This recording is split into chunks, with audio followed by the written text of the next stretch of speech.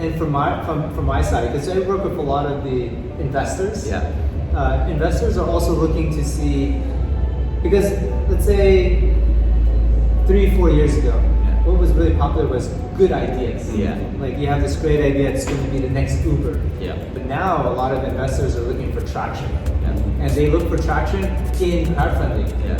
So a lot of times if you're successful crowdfunding, it shows the investor, hey, 5,000 people want this. Yeah. It's already have a customer base. So those are more attractive for investors to say, oh, this is a good investment. Yeah. So it's also because we work with a lot of big brands, like Anchor, and they use crowdfunding to test new products. Right. So they say, hey, we're going to launch a new projector, but we don't know if the industry is going to like it. People are going to like this 4K tiny container. Yeah. So they would test it. So big brands are also using crowdfunding to test markets. Yeah, I think crowdfunding is going to be even more popular. It's growing. It's a good time.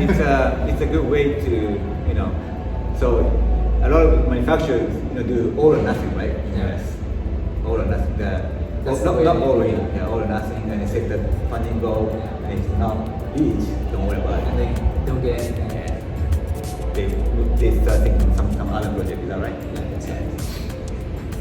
Because in Japan, most of the material we are doing is all in. Because the product's already there. We just have to market. So even though we set the funding goal for like $3,000, something low, and after that we just sell whatever they usually sell. Because the product is already produced in Kickstarter, it's on the that's right. It's in trade show, it's already there. So there's no reason for us to do all or nothing. It's very fascinating. Yeah, it's different. Because you're working to manufacture, they got the idea, they want to see if that idea is going to work or not, so they do all or nothing. You think they support it, you manufacture. Not just don't worry about it.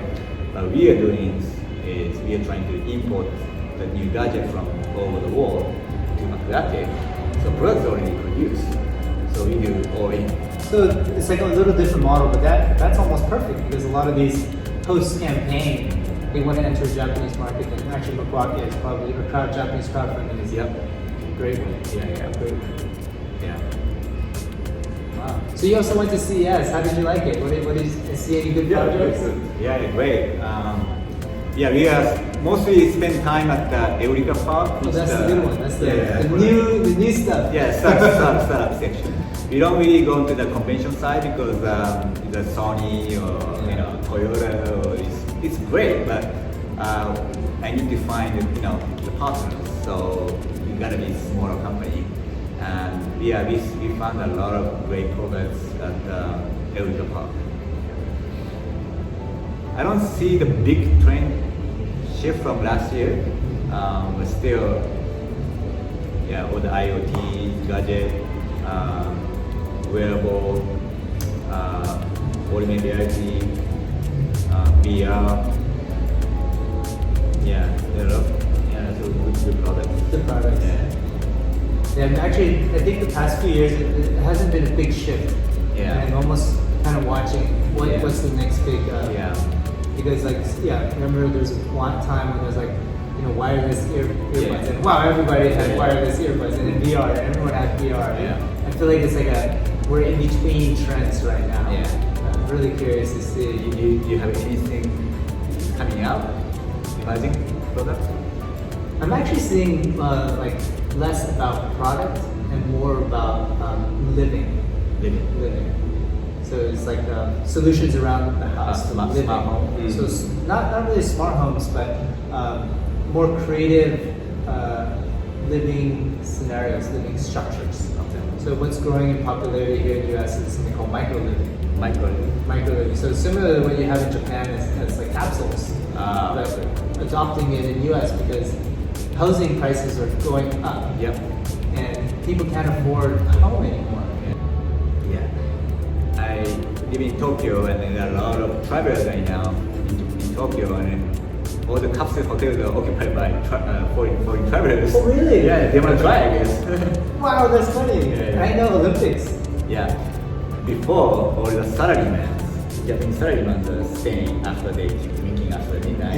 It's a train, so they go to capsule hotel. But now they say they can't go because all the capsules are occupied by travelers. Oh, I didn't know that. Yeah, in Tokyo. Yeah, well, Tokyo is a hot spot. Yeah. Everyone wants to be there. Oh, that's interesting.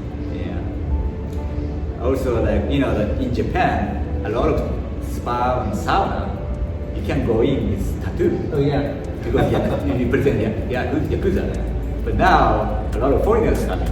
So now they allow it? Yeah, they started, Prime Minister Abe said, well, it's a fashion in Oh wow, this is a big shift. Yeah. So for foreigners, not the Japanese, but for foreigners, It's okay. it's okay. Oh, I have to tell my friends because we were in Japan and we couldn't go to anything. It's tattoos. Yeah. So, we trying to welcome more travelers and Tokyo Olympics coming. Yeah, Tokyo Olympics. And we are still following the very old, like rule that you have a tattoo represent Yakuza, so you can come to the public spot. But it's changing. Oh, so interesting. I'm really thankful you guys came here and had a chat with me because there's a lot of perspectives that you see in Japan. Yeah. I don't see it. Like little details like this, and you can see this is why I think. Because I'm also on the inbound, the Airbnb business. So I'm not just the e-commerce expert, but I'm also an Airbnb host. I see a lot of trends, and the travelers say, "Hey, guys, I try that. How can I go into?" So I see a lot of communication with the guests from foreign countries. It's very interesting. I enjoyed this discussion. Yeah. You're two very, very smart entrepreneurs. It's really good. Awesome. Okay. But thank you so much, guys. Yeah, That's good. thanks so much. Man, here it's so warm up. You guys are lucky. I like California.